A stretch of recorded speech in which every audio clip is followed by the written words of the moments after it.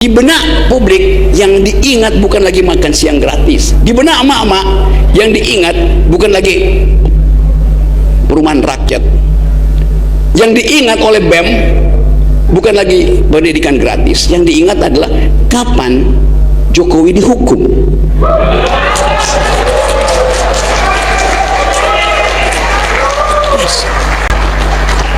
Dan sejarah akhirnya memberi jalan secara perlahan-lahan, yaitu melalui skandal kereta api cepat.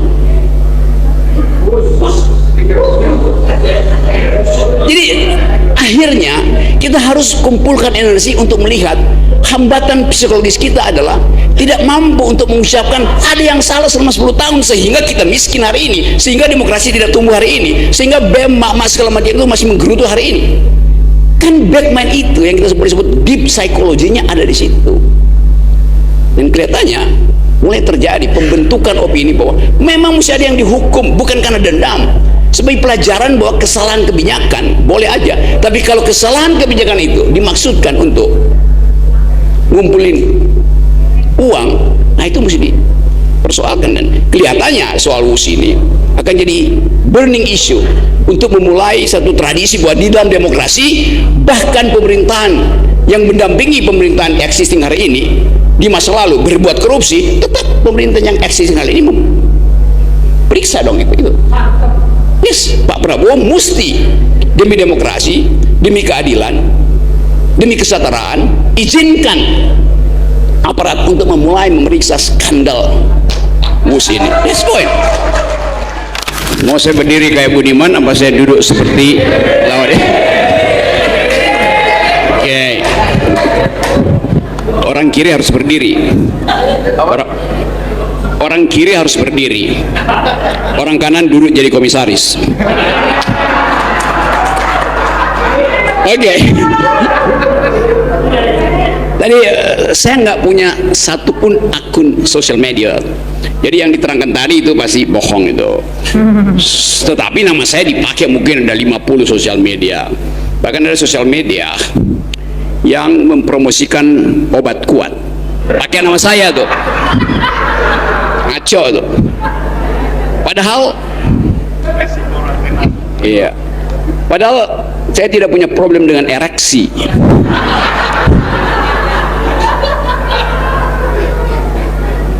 Problem saya dengan demokrasi, bukan dengan ereksi. Tadi Pak Laude mulai dengan semacam tuntutan final, yaitu dekret kembali pada Undang-Undang 95, lalu amandemen undang-undang itu. Oke. Gimana jalan pikirannya? Kalau udah ada dekret, ngapain di amandemen itu? Jadi begitu dekret di amandemen balik lagi dong. Kan itu. Jadi logical sequences-nya tuh keliru. Jadi ada masalah dengan ereksi intelektualmu itu. Oke.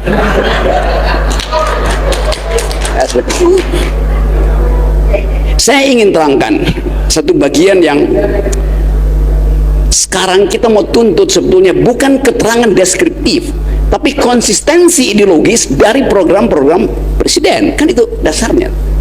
Kita tahu presiden dicitrakan sebagai kiri itu. Siapa lebih kiri? Presiden Prabowo atau Budiman Sujatmiko? Budiman Sujatmiko hanya mampu nyanyi Darah Juang. Dia pikir udah kiri itu. Prabowo nyanyi Internasionali, Mars Komunis. Faktanya begitu. Jadi kita mau tagih konsistensi paradigma dari program itu berdasarkan prinsip-prinsip sosialisme in optima forma dalam bentuknya yang paling tinggi. Kan dasarnya itu. Ya ada makan siang gratis, sekolah gratis, semuanya dibikin. Tetapi itu tidak atau belum cukup untuk diucapkan sebagai paradigma sosialis. Negara-negara Eropa nggak lakukan itu semuanya, tapi dia bukan negara sosialis. Nah, kita mau coba mengerti apa yang terjadi sebetulnya pada negeri ini. Kita kehilangan kemampuan untuk merumuskan konsep pada taraf epistemik, itu soalnya. Yang ada politik kita itu politik kinetik, kasak kusuk tanpa konsep. Kita ingin politik itu diasuh secara epistemik, bukan sekedar kinetik. Itu yang terjadi di dunia manapun, dalam ekonomi, dalam kehidupan sosial, dalam kehidupan anak-anak muda sekarang itu. Yang saya barusan dibully karena saya membela hak seorang murid untuk tidak ditampar oleh gurunya karena merokok tuh. Lalu orang marah pada saya, Anda membela orang yang merokok. Bukan, saya membela dia untuk tidak ditampar. Dia biasa dong ditampar. Jadi kemampuan kita netizen, kita bangga ada netizen yang bahkan bisa membatalkan suara parlemen. Suara netizen di Nepal bisa membatalkan suara presiden. Tapi kita mesti olah energi kemudaan ini supaya jangan jadi kecambah dari fasisme. Bergerombol di sosial media, bully sama-sama tuh. Begitu diajak diskusi, satu-satu mulai, ya Anda kan posisinya ini. Bukan, argumenmu apa itu? Kita ingin tagih pada Pak Prabowo, dan beliau pasti mampu untuk membayar tagihan kita. Put your argument, untuk melihat bahwa arah negeri ini betul-betul di 2029 adalah menuju masyarakat sosialistik. Dari situ parameternya kita ujikan. Apakah ada antara sosialistik? Apakah partai-partai kita sekarang berpikir dalam ide sosialistik?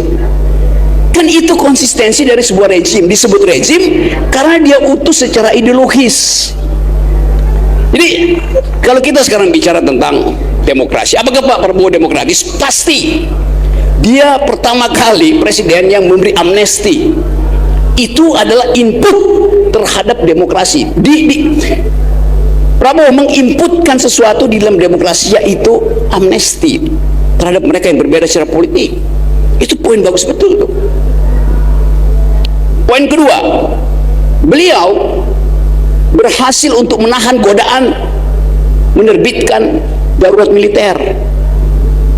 Itu adalah pertahanan demokratik yang luar biasa tuh. Apalagi yang mau kita tuntut kalau kita katakan itu di dalam kedudukan ideologisnya? Jelas Prabowo mengucap soal Israel Palestina, yaitu dipastikan diperlukan untuk siksa dalam global diplomacy. Jadi kita mau tagih itu, dan tagihan itu adalah hak warga negara yang menginginkan ada kehidupan lebih baik di 2029. Tetapi di dalam upaya kita membayangkan 2029 demokratik, hambatan-hambatan itu terjadi. Kalau tadi Pak Budiman bilang, ya kemiskinan itu soal akses, kemiskinan soal capability, yaitu yang dijadikan dasar Amartya Sen sehingga dapat Nobel di bidang ilmu ekonomi itu, tentang perspektif humanis dalam ekonomi. Tetapi kalau kita tagih secara lebih sosialistis, hak saya untuk merampas kekayaan orang kaya terhalang oleh regulasi.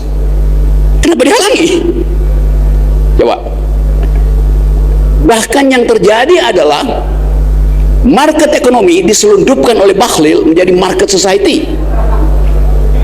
Prabowo mau ngomong apa? Oke, ada market ekonomi, fine-fine aja, untuk menghitung rasionalitas dari transaksi, supply, demand. Tetapi kalau prinsip-prinsip market itu masuk ke dalam society, yang terjadi adalah hak masyarakat adat sekedar diucapkan, dihitung secara kuantitatif. Rempang yang sekarang lagi direbut-rebutin tanah-tanah itu, sekedar diterangkan secara market society. Bahlil bertanya, kamu kehilangan tanah berapa, rumah berapa, kita ganti di apartemen 3 kali lipat. Dia pindahkan home jadi house. Rakyat itu memerlukan home, suasana, diganti dengan house yang cuma beton, suasananya hilang. Mana ada orang punya suasana di apartemen, Pak? Itu yang saya sebut tadi, konsistensi itu mau kita tagih. Tanah diambil sekarang 3 juta hektar, 2 juta udah diambil. Pertanyaannya, setelah diambil mau diapain?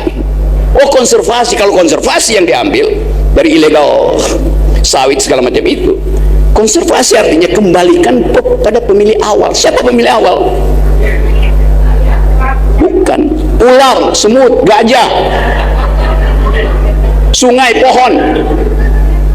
2 gajah yang saya rawat di Riau tewas. Ya, Gamang dan Tari, ada 2 gajah di situ, habis hak dia, baru hak masyarakat adat. Jadi kalau kita lihat misalnya soal tanah-tanah ini, soal memperlihatkan memang ada kemiskinan dalam kebijakan. Tanah sudah diambil, mau diapain? Cuma ada 2 pilihannya, replanting atau reclaiming. Replanting, tanam ulang artinya bisnis. Reclaiming artinya hak rakyat untuk mengambil alih warisan nenek moyangnya tuh, yang tidak dimengerti oleh kabinet, tidak dimengerti oleh Presiden Prabowo. Pasti dia tidak mengerti. Kenapa? Suplai informasi terhalang tiba pada Presiden. Kita bisa tahu siapa yang halangi, sehingga Presiden tidak punya pengetahuan komprehensif tentang keadaan. Jadi teman-teman, kita ucapkan sama-sama bahwa ada masa depan di kita, tapi dihalangi oleh klik di dalam kekuasaan sendiri. Itu dasar. Secara ideologis kita udah lepas kok. Presiden nyanyi internasional, ngomong di PBB tentang perdamaian dunia segala macam, mengucapkan dengan bagus bahwa kami bahkan dianggap lebih dari anjing oleh Belanda. Satu prinsip sosialistis in optima forma.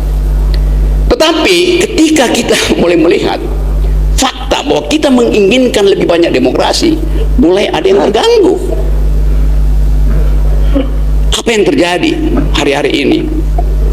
Di benak publik yang diingat bukan lagi makan siang gratis. Di benak emak-emak yang diingat bukan lagi perumahan rakyat. Yang diingat oleh BEM bukan lagi pendidikan gratis. Yang diingat adalah kapan Jokowi dihukum.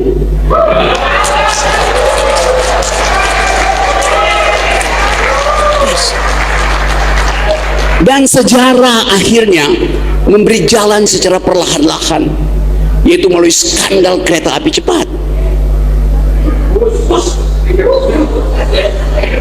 Jadi akhirnya kita harus kumpulkan energi untuk melihat hambatan psikologis kita adalah tidak mampu untuk mengucapkan ada yang salah selama 10 tahun sehingga kita miskin hari ini, sehingga demokrasi tidak tumbuh hari ini, sehingga BEM, mak-mak segala macam itu masih menggerutu hari ini.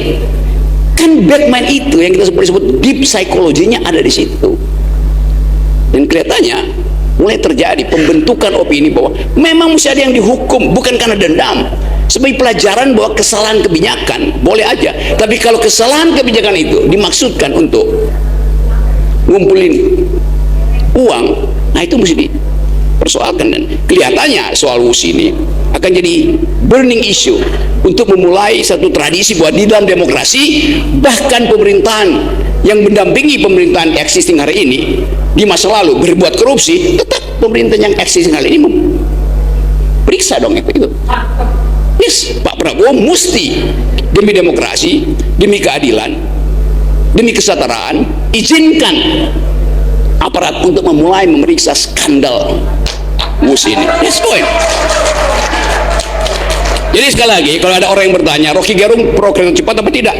Saya pro kereta cepat, karena akan ada jalur baru yang memungkinkan seseorang dari Solo cepat-cepat tiba di Cipinang. Terima kasih.